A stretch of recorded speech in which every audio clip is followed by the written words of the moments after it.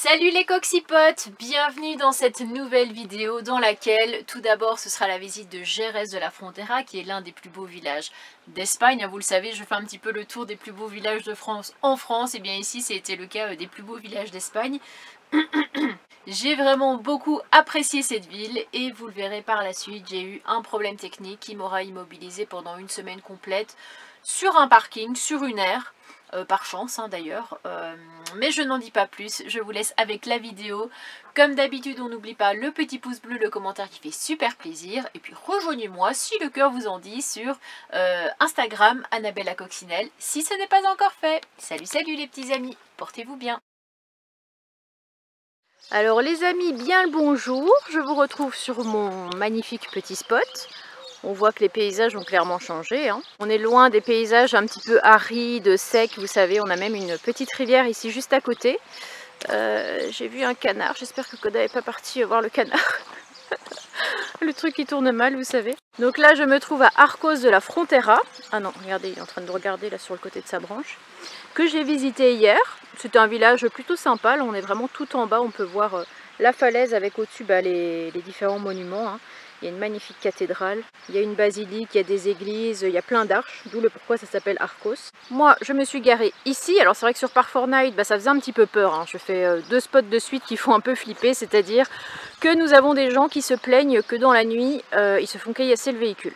Voilà, bon. C'était déjà arrivé sur le spot d'avant. Moi, j'ai rien eu. Ici, c'est pareil. J'ai voulu tenter l'expérience parce que il n'y avait pas grand-chose tout autour. Et j'avais envie d'un petit peu de nature pour Koda, puis même pour moi, quoi. Ça fait du bien de se ressourcer un petit peu quand on visite des villes. Rien à signaler, pas de musique la nuit, pas de bruit, rien. Calme plat. Je suis avec Caroline qui est là-bas. Elle ne veut pas se montrer. Elle n'aime pas être filmée, ce que je peux comprendre, donc je ne la filme pas. Mais sachez que tous les 3-4 jours, nous nous retrouvons sur des spots parce qu'on avait le même itinéraire, le même programme. Et donc je suis persuadée que là, on va se quitter après avoir promené nos toutous ensemble et qu'on va finir par se retrouver d'ici 4-5 jours.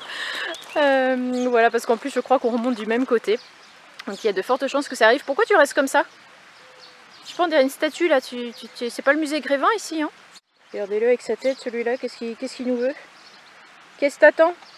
Et donc pour en venir au fait, aujourd'hui je vous emmène en direction de Jerez de la Frontera. Je crois que c'est un des plus beaux villages espagnols aussi, un petit peu comme Arcos, où il y a plein de jolis monuments. Ça a l'air très beau, ça vaut vraiment le détour. Donc je vous fais découvrir ça et ce sera l'une des dernières visites, je pense, d'Andalousie. Et oui, après 3 mois, c'est fini. Ça y est, j'ai réussi à trouver une petite place. Bon, je l'avais déjà enregistré sur Park Fortnite parce que je savais que pour un samedi, il y aurait quand même assez de place sur le parking, étant donné que c'est un parking de stade et que sur les photos, ça avait l'air tout le temps vide. Donc, je me suis mise ici. Franchement, regardez l'état du camping-car. Il y a eu l'espèce de sable du Sahara, là, vous savez. Et du coup, l'état du truc, je vous dis pas, va vraiment falloir que je le nettoie. C'est des espèces de projections comme ça, et apparemment, c'est hyper corrosif. Donc il faudrait sans tarder que je puisse le nettoyer, surtout au niveau du panneau solaire. Et voilà. Mais c'est vraiment partout. Regardez-le, lui, avec sa tête, là. Il y a les gens là-bas, ils ont rigolé en le voyant. C'est vrai que c'est pas très commun. Tu te dis, tu t'attends à voir un homme et puis tu vois sa grosse tête, là. Trop marrant. Bon, bref, je me sentais pas trop en sécurité de laisser le camping-car là. Mais bon, après tout, où le mettre autre, bon, on verra bien. De toute façon, je compte sur mon petit gardien ici pour garder le camping-car. À tout à l'heure, Doudou. À tout à l'heure? Oui. Maman l'a mis la balle avec les friandises dedans. Ouais, allez. Salut, parce que sinon on est là pendant 20 ans à se regarder dans le blanc des yeux. J'ai à peu près un quart d'heure jusque dans le centre. Regardez comment c'est joli. Ça fait vraiment très... pas vintage, mais un style un peu particulier. Qu'est-ce qu'il y a à voir? Il y a une cathédrale, il y a l'Alcazar, il y a l'église, il y a le centre. Comme d'hab, je vous emmène avec moi. Ah, il y a un camping-car qui arrive. J'espère de tout cœur qu'il se gare à côté de moi. Je me sentirais plus en sécurité déjà. D'ailleurs, au sujet de Koda, j'avais reçu un commentaire suite à la vidéo. Si vous vous souvenez du petit papy pervers là, qui m'avait suivi. Et quelqu'un m'avait dit « Oh, tu devrais aller voir un éducateur canin ». Je lui dis « Quel est le rapport ?» Et en fait, elle me dit « Comme ça, il va pouvoir l'apprendre à attaquer, tout ça, les gens malveillants. Sachez que si j'ai pris un chien... C'est pas du tout pour en faire un chien de travail, un chien de sécurité, un chien de garde ou quoi que ce soit d'autre. J'ai vraiment pris un chien pour l'aimer, pour lui offrir de l'amour, Et pas qu'il me serve de protecteur ou quoi que ce soit, ça il le fera lui-même s'il en a envie. Après c'est dans ses gènes aussi dans la protection. Là il y a tous les gens qui me regardent au niveau du bar. Donc... Après je vous avoue quand même que ce jour-là, Koda jouait au bâton avec le gars. Ça veut dire que Koda allait chercher le bâton, il le ramenait au papy pervers. Et le papy pervers lui relançait, etc. etc. Donc c'est sûr qu'il n'était pas... voilà. On pouvait pas trop compter sur lui pour me défendre.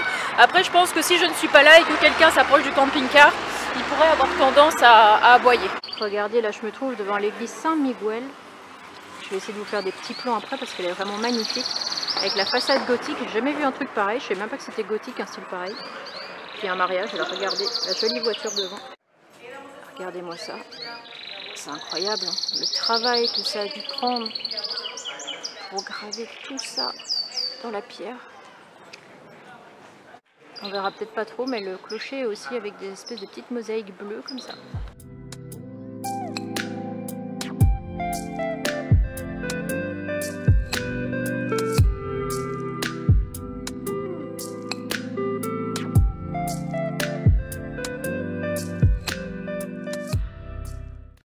Attendez, mais je crois que j'ai totalement oublié que j'avais la caméra.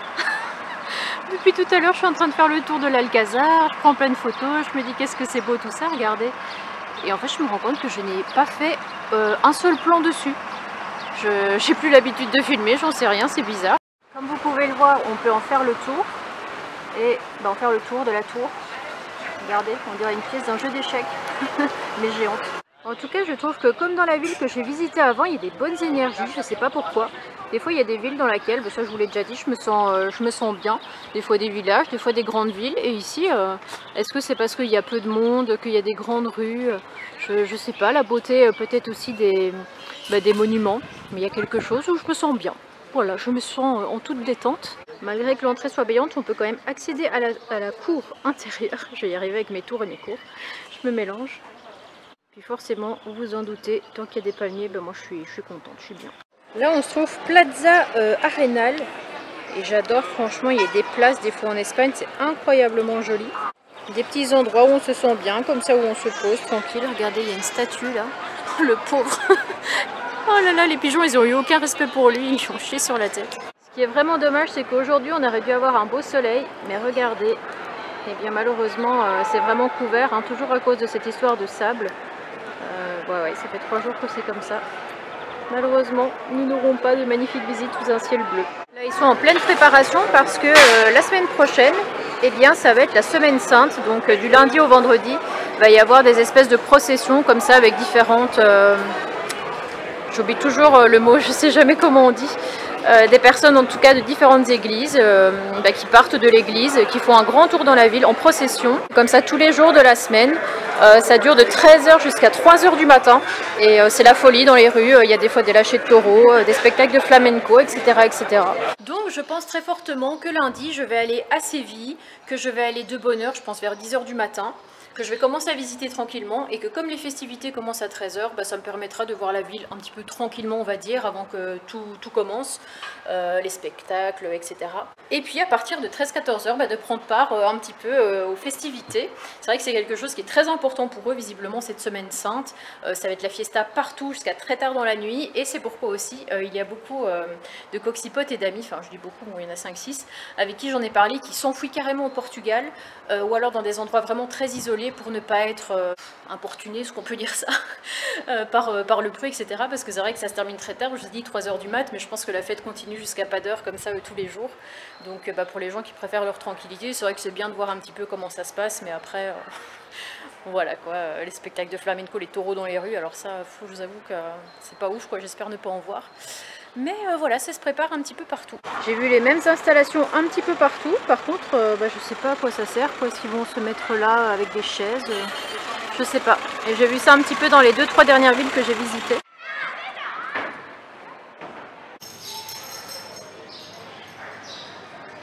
Ça vous montre un petit peu comment ça se passe. Hein. Regardez les déguisements. Bon, moi, ça me fait penser à autre chose. Alors, je sais pas.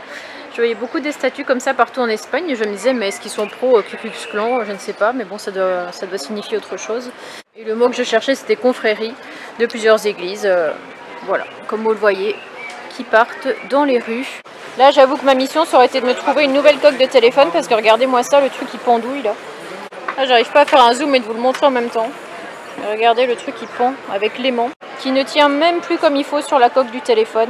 Mais comme je vous dis, je garde mes affaires jusqu'au bout et là, je pense qu'au bout de 3 ans, ça a rendu l'âme. Donc, objectif, pouvoir trouver une nouvelle coque. Dans tous les magasins que j'ai pu voir dans cette rue, en vitrine, vous n'avez que des tenues de flamenco, regardez.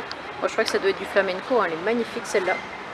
Toujours dans le même style, avec les manches un petit peu, comment on dit, vaste, je sais plus. Je perds mes mots aujourd'hui. Et il y en a pour tous les goûts. Regardez, tous les goûts, tous les styles, toutes les couleurs. Super nouvelle, j'ai réussi à me trouver une coque de téléphone dans un espèce de bazar chinois. 6 €, ça va encore, avec un petit flamant rose, c'est sympa. Je vous avoue que parfois je me demande à quoi ça sert d'apprendre l'espagnol parce qu'à chaque fois que je parle, les gens ne comprennent rien. Donc je me dis, est-ce que cette application dit les mots justes ou alors c'est pour nous faire paraître ridicule en public, j'en sais rien. Mais pourtant c'était pas si compliqué que ça parce que j'ai dit busco une protection para mi téléphone et en téléfono, téléphoné, je sais pas comment je dis, je crois que c'est téléphono. Et voilà quoi, je cherche une protection pour mon téléphone, enfin... Comme ils en vendent, ils doivent savoir un petit peu ce que c'est. Et j'ai dû expliquer plusieurs fois parce qu'ils ne comprenaient pas. Donc je me dis, est-ce que c'est mon accent? Parce que Busco, je veux dire, il n'y a pas 36 000 moyens de le dire. Protection, je sais pas, je les entends parler comme ça avec rouler les R. Et pourtant, c'est pas la première fois qu'à chaque fois je parle, j'ai l'impression qu'ils ne me comprennent pas. Pourtant, je fais l'effort. Je vous assure, je fais l'effort parce que j'apprends tous les jours, etc. mes cours. Mais bon, je sais pas. Je sais pas ce qui cloche. Je vous montre ma nouvelle coque, regardez, elle est quand même en meilleur état que l'autre, hein, vous confirmerez ça. Avec un joli petit flamant rose, hein. Il manque le palmier derrière, là j'aurais été vraiment comblée, mais voilà, je suis plutôt satisfaite. Bon les coxipotes, ce matin, hein, on commence sur les chapeaux de roue. Pourquoi? Chapeau de roue, le jeu de mots de dingue. J'entends toquer à ma porte, qui est, c'est Caroline, qui toque et qui me dit « Annabelle, je crois que tu as un problème avec ton pneu. » Pourquoi? Bah le pneu est crevé. Putain, on me dit directement première chose, on m'a crevé mon pneu. Donc je vais voir, et effectivement mon pneu avant gauche est crevé. C'est celui où si tu veux le crever, t'es le mieux caché quoi quelque part. Et après on commence à vraiment bien le regarder, et effectivement on voit qu'il a vraiment été usé sur le côté, qu'il est limite lisse, comme si j'avais eu un problème de parallélisme entre temps, et que ça avait fini par repéter. Alors franchement, je remercie le Seigneur, mais de tout mon cœur, que ça ne soit pas arrivé la veille quand je roulais à 120 km/h. Parce que j'étais à 120 sur l'autoroute. Et toutes les fois où j'ai roulé avant, ça aurait pu m'arriver à n'importe quel moment. Ça m'est arrivé quand j'étais arrêtée. Enfin, ça c'est le soulagement si mon pneu a bien crevé tout seul. Si jamais c'est quelqu'un qui me l'a crevé, ça c'est encore autre chose. Quoi qu'il en soit, je ne sais pas trop comment agir. Je vais vous le montrer. Je ne sais pas trop comment agir parce que je me dis, est-ce que j'appelle l'assurance, l'assurance qui va me remorquer jusqu'au garage, ou voilà, je vais peut-être rester bloqué là-bas, ou alors est-ce que je vais à pied voir un garage ici pour éventuellement leur demander s'ils peuvent venir le changer ici sur place. Je ne sais pas si c'est quelque chose qui est possible ou envisageable, mais quoi qu'il en soit, même si je change les pneus, il faudrait quand même faire le parallélisme, parce que je ne vais pas reprendre la route avec des pneus qui seraient complètement tordus. Franchement, c'est à éviter, parce que finalement, je finirais quand même par les user et devoir les changer 500 bornes plus loin. C'est ce qui m'est arrivé avec Gérard d'ailleurs, j'avais fait cette erreur-là. Voilà, et bien rip à mon petit pneu, donc je vais vous montrer un petit peu comment il a été usé sur le côté. Et c'est vrai que Idriss avait vérifié à l'époque mon pneu, je lui avais dit de regarder un petit peu. C'est là où il a vu qu'il y avait d'autres problèmes aussi au niveau des roulements de roue qui étaient morts. Je sais pas si ça peut avoir un rapport ou pas, mais en tout cas au niveau du pneu, il a dit que qu'il était bon, il n'y avait pas, vous savez, d'hernie, de déchirure, d'usure ou quoi que ce soit. Donc c'est vraiment venu, on va dire, en l'espace d'un mois. Et j'avoue que j'avais pas vraiment fait attention à ça. J'essaye de vous faire un petit zoom pour que vous voyez un petit peu mieux. Après c'est vrai qu'il aurait fallu que je les regonfle aussi. Avec toute la route que j'ai fait, j'avoue, je les ai plus regonflés depuis le mois de décembre et que c'est à faire quand même assez régulièrement. Je vous montre de l'autre côté comment c'est. C'est dans le même état et puis c'est vraiment ici quoi. C'est vraiment tout le long ici. Le reste ça va encore. Et puis derrière, attendez que je regarde comment c'est derrière. Derrière ça a l'air d'encore aller, même si on sent que ça commence à devenir un peu chaud du slip. Donc je pense que ce que je vais faire là, c'est que je vais aller promener Koda dans un premier temps, parce que là il est survolté. Et puis je vais marcher un petit peu dans la ville et essayer de trouver des garages. C'est vrai qu'on est à côté d'une grande ville, donc même s'ils doivent commander des pneus, je pense qu'ils ont un petit peu un stock. Attendez, je regarde par ici aussi. C'est vrai que les pneus sont pas en bon état, hein, je dirais même derrière. Mais je vous avoue que depuis 2-3 jours, je me disais, ce pneu, il m'a l'air quand même un petit peu plat. Mais ça m'avait déjà fait cette impression au mois de décembre, mais finalement ça allait bien. Donc je me suis dit peut-être que j'hallucine, j'en sais rien, ça va faire comme la dernière fois, je peux attendre. N'attendez pas, c'est essayer de la prévention. Alors je n'ai pas pris ma caméra, je filme un petit peu avec mon téléphone pour vous dire que je suis arrivée au niveau du premier garage qui a de très très bons avis, 4,9 sur 5 je crois. Donc on va voir s'il peut faire quelque chose pour moi ou pas, parce que j'ai vu qu'il s'était déjà occupé d'un camping-car et que la personne était super contente. Donc déjà ils prennent les camping-cars, c'est une bonne chose, donc je pars un petit peu confiante on va dire. Donc je vous tiens au courant, hein, regardez ma petite tête d'esquimau. Je suis allée au garage, donc vraiment hyper gentil. Je remercie de tout mon cœur moi-même d'avoir décidé d'apprendre un petit peu quelques mots d'espagnol, parce que ça m'a permis grave de discuter quoi, même si c'est vrai que quand c'est eux qui parlent, c'est plus compliqué hein, la compréhension à l'oral, surtout avec leur petit accent andalou qu'on comprend très très mal. Pour rappel, aujourd'hui nous sommes mercredi et c'est vrai qu'attendre sur cette aire jusqu'à lundi, ça pourrait être horrible. À la fois, bon j'espère vraiment que j'ai pas de creux de nez, parce que là je me cache vraiment du vent. À la fois, si j'ai pas le choix, je ferai ça, même si clairement j'ai une date de retour pour mon petit loulou quoi. Et que j'ai quand même 2000 km, enfin 20 heures de route tout du moins à faire, jusqu'en Normandie. Voilà, c'est un peu mieux comme plan je dirais. Il a appelé un autre garage pour savoir un petit peu s'il avait des disponibilités, etc. Il a dit que ouais, ça pourrait être possible. Alors aujourd'hui je sais pas, parce que c'est sûr qu'il faut commander les pneus. Alors ce que je pense faire, c'est que je vais prendre ma trottinette. Il y a 12 minutes à trottinette, même s'il flotte tant pis. Et je vais quand même essayer d'aller jusqu'au garage, parce que je peux pas les appeler au téléphone, c'est vraiment trop compliqué de se comprendre. C'est vrai qu'on se comprend beaucoup mieux si on peut faire appel un petit peu, si on pouvait faire un peu appel à Google quand on est face à face, quoi, qu'au téléphone où ce sera un peu un langage de sourds à mon avis. Alors, voilà, regardez, vous ne voyez même plus tellement qu'il y a de l'eau devant l'écran. Oh là là, quelle journée, je vous jure. Ça me déprime. Suite de mes péripéties, regardez, j'ai sorti la trottinette. Merde, on la voit pas. Hop, qui est ici. J'ai pris la direction d'un autre garage qui m'avait conseillé, qui pourrait peut-être me prendre plus tôt. Vraiment un garage en pneumatique. Et puis finalement je viens d'y aller. Voilà, je viens de me faire 15 bornes avec ma trottinette sur des chemins fort houleux, pour qu'ils me disent qu'ils peuvent pas me prendre avant lundi, parce qu'eux aussi ferment pour vacances. Donc je pense que c'est vraiment férié en cette période en Espagne, ça tombe assez mal. Donc là je reprends la trottinette, puis je vais aller prendre rendez-vous à l'autre, parce que il est beaucoup plus proche de mon camping-car, donc ça évite de devoir le remorquer sur je sais pas combien de kilomètres. Mais j'avoue que sans espagnol j'aurais vraiment galéré, parce que pour une fois ils ont réussi à me comprendre. Quand à la fin ils ont dit est-ce que vous voulez qu'on prenne rendez-vous, je leur ai dit no, bon après j'ai fait un peu comme j'ai pu bien entendu, mais j'ai dit no el otro carrare es más cerca de mi autocaravana, autrement dit non, l'autre garage est plus près de mon camping-car. Bon je sais pas s'ils ont compris ça comme ça ou pas, mais je pense que oui, parce qu'elle a fait signe de la tête en disant ok. Bon, moi qui devais partir demain jeudi, eh bien je partirai mardi ou lundi, je sais pas. Et je perds 5 jours de route quoi. Ouais, j'espère être à temps pour mon petit loulou, hein. Je peux vous dire que c'est la seule chose qui m'inquiète vraiment, parce que pour le reste, sinon c'est pas très grave d'arriver plus tard. Bon j'espère que cette vidéo vous aura plu. Je ne l'ai pas dit dans la vidéo, ou alors c'est peut-être dans les images de la vidéo prochaine, je ne sais pas trop.